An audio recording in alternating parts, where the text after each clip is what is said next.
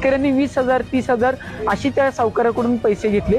ते 3% महिना म्हणजे वार्षिक 36% दरानं त्यांना ती कर्ज दिली। त्यांनी त्याची पूर्ण परतफेड सुद्धा केली। पैसे परत फेडून पण आमच्या जगणी माघार द्यायला तयार नाही।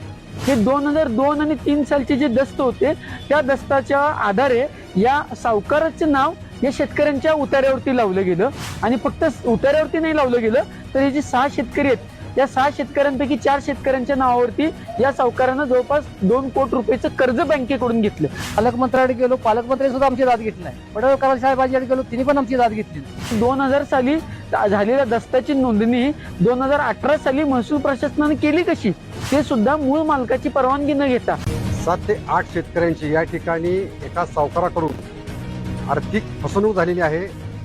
त्यांच्या जमिनी हडप करण्यात आलेल्या आहेत। पोलिसांच्याकडे ज्यावेळेस तक्रार घेऊन गेले महसूलकडे गेले त्यावेळेस त्यांनी हात वर केले। पोलिसांनी उलट त्या सावकाराला बोलून मध्यस्थी घडवायचा प्रयत्न केला, परंतु या शेतकऱ्यांना न्याय न मिळाल्यामुळे आम्ही न्यायालयाचे दरवाजे ठोठवले आणि न्यायालयानं या सर्व प्रकरणाचं गांभीर्य लक्षात घेऊन या प्रकरणी तपास करण्याचे पोलिसांना आदेश दिले।